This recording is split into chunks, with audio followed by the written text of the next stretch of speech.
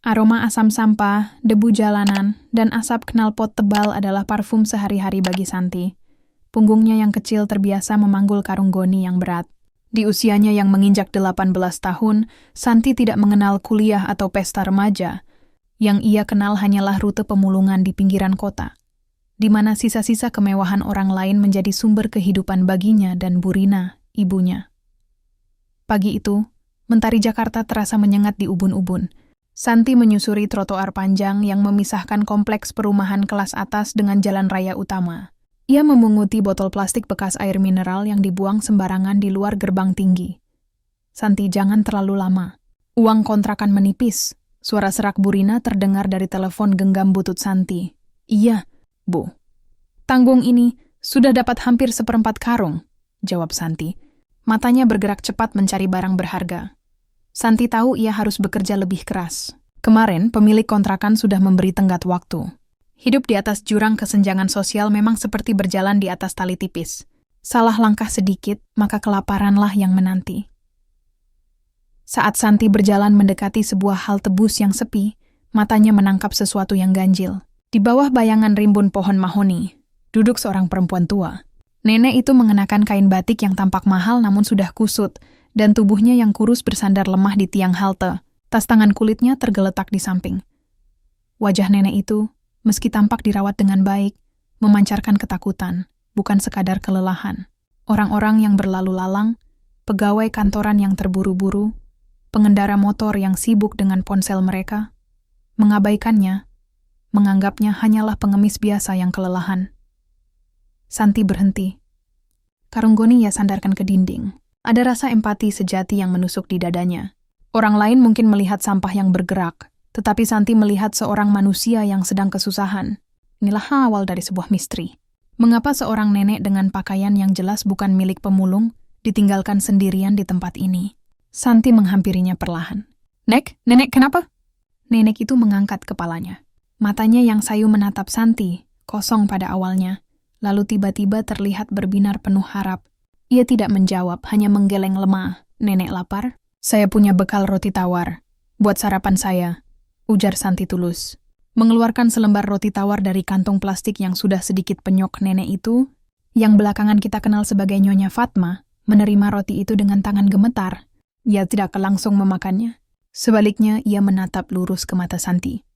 Entah mengapa, ia merasakan aura ketulusan murni dari gadis pemulung itu, sesuatu yang sudah lama hilang dari lingkaran kehidupannya yang penuh kepalsuan. Nenek sendirian? Tanya Santi lagi. Nyonya Fatma hanya bisa mengangguk pelan. Melihat Nyonya Fatma yang kian pucat, Santi membuat keputusan. Sudah, jangan takut, Nek, ikut saya saja ke rumah. Walaupun kecil, setidaknya nenek bisa istirahat dan minum air hangat. Santi membopong lengan kurus Nyonya Fatma, hati-hati menuntunnya menjauhi trotoar yang ramai, dan masuk ke ganggang sempit perkampungannya. Wajah Burina yang terkejut menyambut mereka di kontrakan reot mereka. Malam itu, dengan hanya bermodal mie instan dan kehangatan sederhana, Nyonya Fatma memakan mie-nya dengan lahap, sambil terus menggenggam ujung lengan baju Santi. Suasana yang jauh dari kemewahan, tetapi dipenuhi kejujuran. Konflik personal awal Santi, memikirkan kontrakan, sementara terlupakan, berganti dengan rasa tanggung jawab baru. Sebelum Santi terlelap di sampingnya, Nyonya Fatma berbisik, suaranya sangat lirih. Mereka tidak akan menemukan saya di sini. Bisikan itu semakin memperdalam misteri awal. Nyonya Fatma sepertinya bukan tersesat. Ia sedang bersembunyi. Pagi menyapa gang sempit itu dengan kejutaan yang luar biasa. Bau got yang biasanya dominan, kini bercampur dengan aroma parfum mahal yang asing. Suasana di depan kontrakan reot Santi mendadak heboh. 3 mobil sedan hitam mengkilap, yang harganya mungkin setara dengan seluruh aset di kampung itu, berbaris rapi di mulut gang. Warga setempat, termasuk Burina, keluar dengan pandangan penuh tanda tanya. Dari mobil terdepan, turun seorang pria berjas biru mewah, posturnya tegap, rambutnya klimis, dan senyumnya lebar. Senyum yang terasa terlalu dipaksakan. Ini adalah Arman, kerabat Nyonya Fatma Arman, yang sudah didampingi 2 orang berbadan besar, langsung menghampiri pintu kontrakan Santi. Selamat pagi, Bu. Maaf membuat gaduh, sapa Arman dengan suara yang diatur agar terdengar ramah. Saya Arman, kerabat Nyonya Fatma. Terima kasih banyak, Nak Santi, sudah menjaga nenek kami. Santi hanya mengangguk canggung. Ia melihat Nyonya Fatma yang duduk di kursi kayu di dalam, gemetar. Saat melihat Arman, mata Nyonya Fatma menunjukkan kilatan rasa takut yang sangat jelas, meskipun ia berusaha menyembunyikannya. "Nek, ayo kita pulang," ajak Arman, mencoba meraih tangan Nyonya Fatma. Nyonya Fatma refleks menarik tangannya, dan justru meraih tangan Santi. Genggamannya kali ini bukan lagi sekadar isyarat, melainkan sebuah permohonan. Ia menggeleng keras. Melihat reaksi itu, Arman cepat-cepat mengubah strategi. "Tampaknya nenek kami sangat nyaman denganmu, Nak Santi," katanya. Senyumnya sedikit merosot karena jengkel. Ia berbalik ke arah Santi dan Bu Rina. "Bagaimana kalau kalian ikut ke rumah kami, agar nenek lebih tenang? Kami akan menyediakan tempat tinggal yang nyaman dan tentu saja imbalan yang pantas." Bu Rina, yang tertekan oleh masalah kontrakan, ragu-ragu. Tetapi Nyonya Fatma, yang jarang bicara, tiba-tiba memohon, "Tolong Santi, jangan tinggalkan nenek. Santi tidak punya pilihan." Konflik internalnya bergejolak. Ia merasa canggung dan curiga. Tetapi rasa tanggung jawabnya pada Nyonya Fatma jauh lebih besar. "Baik, kami ikut, Pak," putus Santi. Perjalanan itu terasa seperti menembus batas dimensi. Setelah meninggalkan aroma sampah, mereka melewati gerbang-gerbang berlapis emas menuju sebuah kompleks elit. Mobil hitam itu berhenti di depan sebuah rumah yang lebih pantas disebut Istana Mega. Dinding tinggi, pilar Yunani, dan taman yang dirawat bak lapangan golf. Ini adalah rumah Nyonya Fatma. Sesampainya di dalam, Santi dan Bu Rina merasa seperti ikan di darat. Lantai marmer berkilauan, lampu kristal menggantung, dan pelayan-pelayan berseragam berlalu lalang. Kontras kehidupan ini menunjukkan kesenjangan sosial yang luar biasa nyata. Arman menempatkan mereka di kamar tamu mewah. Ia bersikap manis, memastikan mereka nyaman, dan berjanji akan memberikan kejutan di kemudian hari. Namun, Santi tidak bisa merasa tenang. Kecurigaannya menguat ketika ia mengamati Nyonya Fatma. Begitu Arman pergi, Nyonya Fatma berhenti berbicara, dan hanya duduk di tepi tempat tidur, menatap kosong ke kejauhan. Misteri membesar. Jika ini adalah rumahnya, mengapa ia tidak bahagia? Malam harinya Santi menyelinap keluar untuk mengambil air minum. Saat melewati koridor, ia mendengar suara Arman dari balik pintu perpustakaan besar yang sedikit terbuka. "Pokoknya besok dia harus tanda tangan pengacara," desis Arman. Suaranya kini dingin dan penuh tuntutan, sama sekali berbeda dari citra ramah yang ia tunjukkan tadi pagi. "Aku sudah menahannya di sini selama seminggu, tidak bisa membiarkan dia mengulur waktu lagi. Semua saham, semua aset harus dialihkan padaku. Anak-anaknya terlalu lemah untuk mengurus ini." Santi membeku di tempatnya. Jadi, keramah tamahan Arman, janji imbalan dan kemewahan yang ia saksikan adalah penutup dari konflik utama yang lebih gelap. Keserakahan murni. Arman bukan hanya menjemput Nyonya Fatma. Ia adalah dalang yang memenjarakannya. Santi mundur perlahan, jantungnya berdegup kencang. Ia menyadari Nyonya Fatma telah mencari perlindungan, dan ia, gadis pemulung yang tulus itu, kini berada di tengah perebutan kekayaan yang berbahaya. Setelah mendengar percakapan Arman yang dingin dan penuh perhitungan, Santi kembali ke kamar tamu dengan jantung berdebar kencang. Kemewahan di sekitarnya yang semula memukau kini terasa mencekik, seolah-olah seluruh istana itu dibangun di atas kebohongan. Ia menyadari konflik utama kini adalah pertarungan moral antara ketulusannya melawan keserakahan yang terorganisir. Keesokan harinya, Santi berusaha bertingkah senormal mungkin. Ia hanya ingin melindungi Nyonya Fatma. Saat Arman dan istrinya sibuk mengatur pertemuan bisnis di ruang tengah, Santi membawa sarapan ke kamar Nyonya Fatma. Nyonya Fatma menatapnya dengan pandangan yang mengatakan, "Kamu tahu kan?" Santi mengangguk kecil, memegang tangan keriput nenek itu erat-erat. "Nek, apa yang Arman ingin nenek tanda tangani?" Nyonya Fatma hanya bisa menggeleng lemah. Air mata menggenang di matanya. Mereka sudah lama tahu saya punya penyakit. Mereka pikir saya sudah pikun. Tapi saya tidak. Saya tidak mau memberikan semua kepada Arman. Suami saya ingin warisan ini dibagi rata untuk semua anak cucu, bisiknya. Dia bilang akan menyakiti saya jika nenek menolak. Lanjut Nyonya Fatma.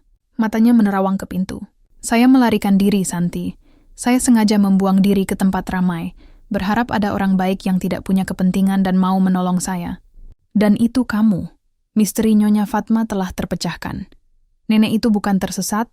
Ia sengaja memancing Arman agar ia membawanya pulang bersama saksi mata yang tidak terafiliasi. Santi. Tiba-tiba, Arman masuk ke kamar tanpa mengetuk.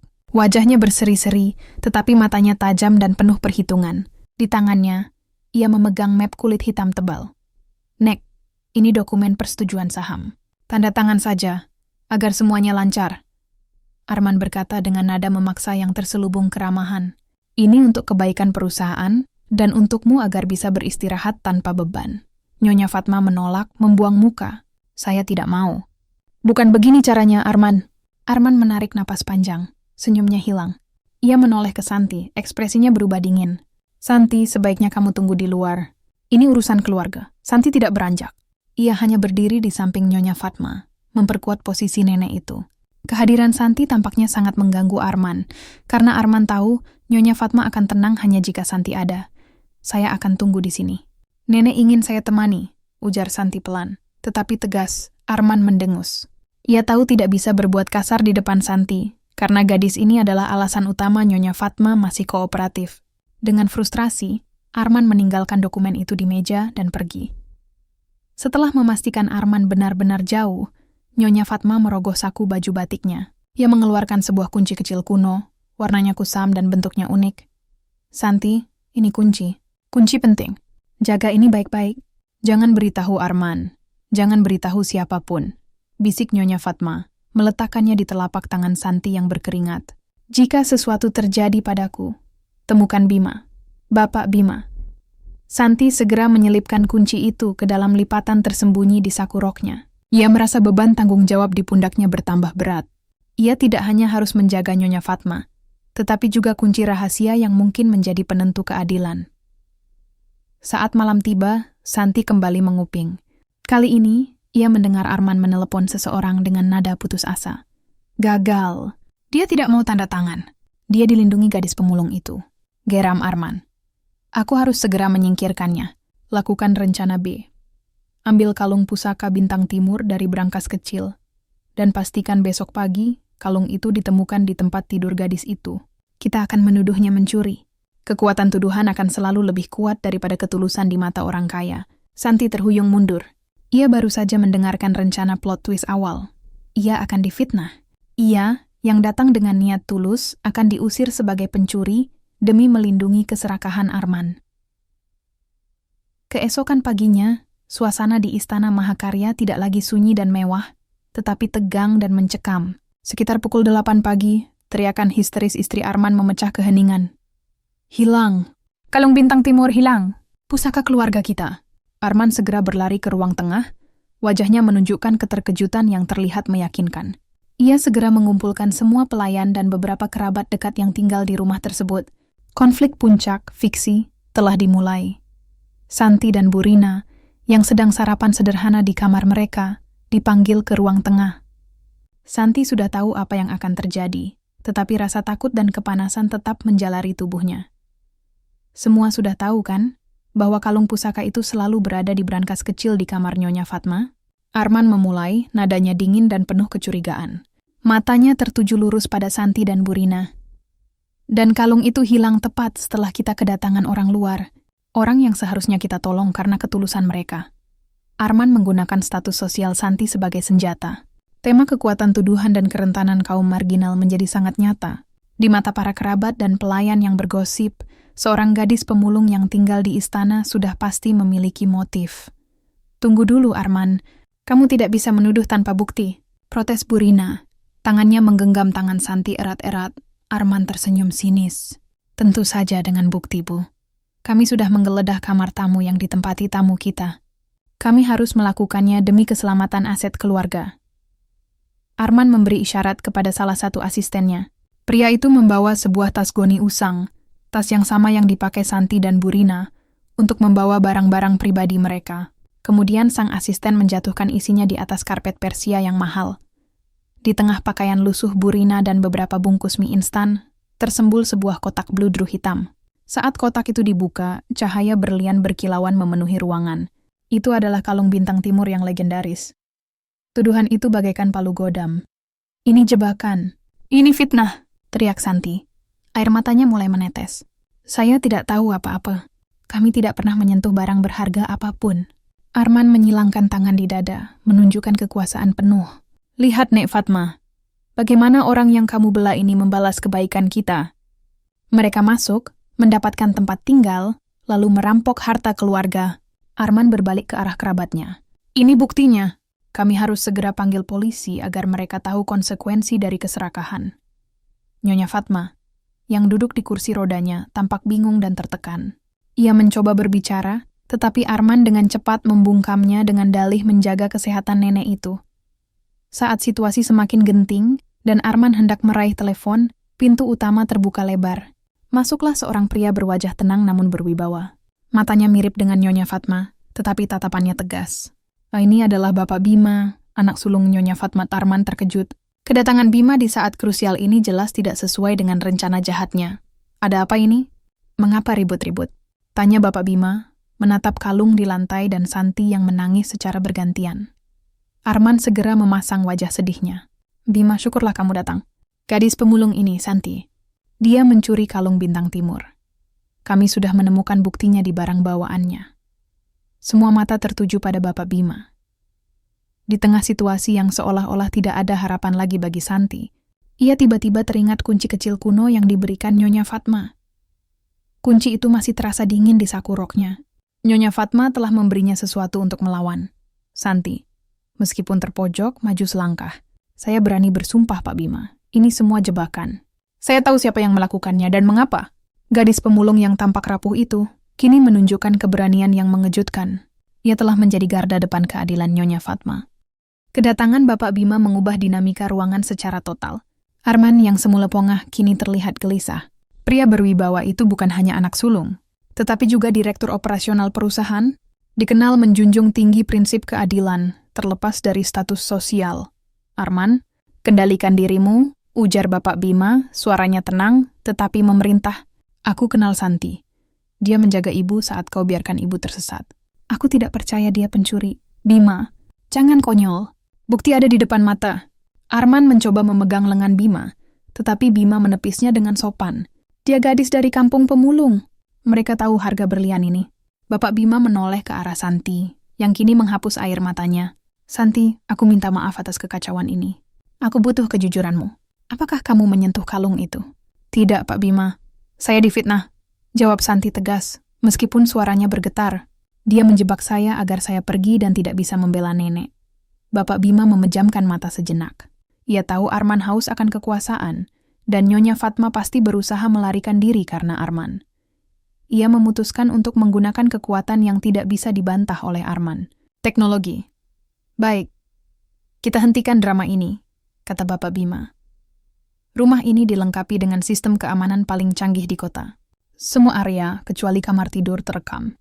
Arman, kau bilang kalung itu hilang malam tadi, bukan? Tunjukkan padaku rekaman CCTV dari koridor lantai 2, dari jam 11 malam sampai subuh. Arman pucat. Untuk apa? Sudah jelas pelakunya. Tunjukkan, ulang Bapak Bima, kini dengan nada mengancam. Jika kau tidak bersalah, kau tidak perlu takut dengan rekaman itu, kan? Mereka semua pindah ke ruang pengawasan. Arman berusaha keras menekan tombol yang salah, mengulur waktu, dan menyalahkan sistem. Namun Bapak Bima adalah pemegang kendali teknis tertinggi di rumah itu. Dengan cepat, ia mengutak-atik keyboard dan memutar kembali rekaman yang menunjukkan koridor menuju kamar Santi. Semua mata tertuju pada layar lebar. Rekaman diputar. Semula layar hanya menunjukkan suasana koridor yang sepi. Lalu, sekitar pukul 2.00 pagi muncul Arman. Ia mengenakan pakaian serba hitam, bergerak sangat hati-hati. Arman terlihat merogoh tas kecil dan mengeluarkan kotak bludru hitam, persis seperti yang berisi kalung. Ia tampak berhati-hati memastikan tidak ada yang melihat, lalu membuka pintu kamar Santi dan Burina yang sengaja tidak dikunci. Ia masuk sebentar, dan ketika ia keluar, ia tampak lega. Plot twist utama. Rekaman tidak hanya menunjukkan anak buah, tetapi Arman sendiri yang secara pribadi menanam bukti palsu di kamar Santi. Kerabat-kerabat lain yang selama ini mendukung Arman terdiam. Tatapan mereka kini beralih dari Santi ke Arman dengan rasa jijik. Arman, yang tertangkap basah, berusaha melarikan diri, tetapi Bapak Bima sudah mengantisipasinya. 2 petugas keamanan sudah menunggu di pintu. Tangkap dia. Perintah Bapak Bima. Arman meronta. Ini editan. Kalian bekerja sama. Di tengah kekacauan itu, Santi teringat kunci kecil kuno.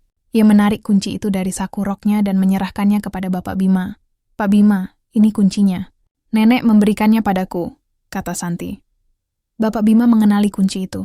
Ini kunci ruangan server rahasia, tempat rekaman backup dan dokumen asli disimpan. Santi tidak hanya menyelamatkan Nyonya Fatma dari Arman, tetapi juga melindungi bukti otentik yang akan menjerat Arman lebih jauh.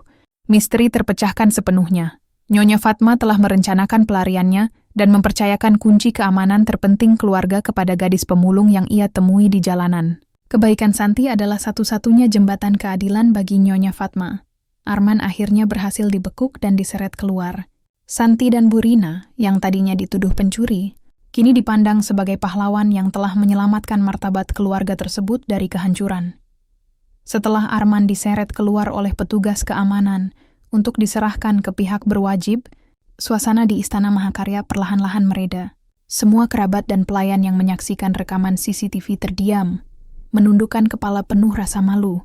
Mereka telah memihak keserakahan dan menghina Santi tanpa dasar, hanya karena status sosialnya. Nyonya Fatma, yang sejak tadi hanya diam dan tertekan di kursi rodanya, kini didorong oleh Bapak Bima ke tengah ruangan. Nyonya Fatma mengamati Santi, lalu kerabat-kerabatnya. Mata sayunya kini memancarkan kekuatan seorang matriark sejati. Arman tidak hanya mencoba mencuri harta, ujar Nyonya Fatma. Suaranya yang lirih kini terdengar lantang dan berwibawa di seluruh ruangan. Arman juga mencuri harga diri keluarga ini. Dan yang lebih buruk, mencoba menghancurkan nyawa orang tak bersalah demi keserakahan. Nyonya Fatma kemudian menatap tajam kepada kerabatnya yang lain. Kalian semua tahu bagaimana Arman memperlakukan saya. Kalian diam. Kalian membiarkan saya melarikan diri untuk mencari bantuan. Dan kalian membiarkan saya difitnah hanya karena kalian takut Arman akan merebut kekuasaan. Setelah jeda sejenak, Nyonya Fatma mengulurkan tangannya ke arah Santi. Santi maju perlahan. Nak Santi, kata Nyonya Fatma lembut, menggenggam tangan Santi yang kasar karena pekerjaan beratnya. Kamu datang dari kehidupan yang sederhana. Kamu tidak punya apa-apa untuk ditawarkan, tetapi kamu memberi saya satu-satunya hal yang tidak dimiliki siapapun di ruangan ini. Ketulusan. Di depan semua yang hadir, Nyonya Fatma memberikan titah yang tidak dapat dibantah. Semua wasiat lama yang dibuat di bawah tekanan Arman saya batalkan. Kalung bintang timur dan semua aset akan tetap dikelola Bapak Bima. Dan untuk keadilan, dan untuk membuktikan bahwa kebaikan akan selalu menang melawan kejahatan, Nyonya Fatma menarik napas panjang. Saya memberikan rumah yang layak, tempat yang aman, dan beasiswa penuh hingga tingkat tertinggi untuk Santi. Kamu adalah cucu moral saya, Nak. Kamu adalah pahlawan yang menyelamatkan keluarga ini dari kehancuran. Balas dendam kemenangan Santi tidak berbentuk pembalasan dendam pribadi, melainkan kemenangan moral yang mengubah seluruh hidupnya. Arman, yang serakah, harus mempertanggungjawabkan perbuatannya di mata hukum, menghadapi konsekuensi dari ambisinya. Sementara Santi, yang tulus dan jujur, menerima hadiah yang jauh melebihi nilai harta apapun, pengakuan dan kehidupan yang layak. Santi, yang masih terkejut, hanya bisa menangis haru. Burina memeluknya erat. Mereka, yang hanya bermodalkan karung goni dan mie instan, kini berdiri di tengah istana yang menjadi saksi kemenangan hati nurani mereka. Di hari-hari berikutnya, Santi dan Burina menempati sebuah rumah kecil yang nyaman di dekat kompleks tersebut, yang disediakan oleh Nyonya Fatma. Santi mulai belajar dan mempersiapkan diri untuk sekolah, sementara Burina mendapatkan pekerjaan sebagai pengurus harian Nyonya Fatma yang dirawat dengan penuh kasih sayang. Kisahnya menjadi perbincangan, bukan karena kemewahan yang mereka dapat, tetapi karena pelajaran yang mereka berikan. Bahwa di tengah tumpukan sampah sosial dan dinding emas kekuasaan, ketulusan hati melawan keserakahan dan kesenjangan sosial adalah satu-satunya harta yang benar-benar tak ternilai.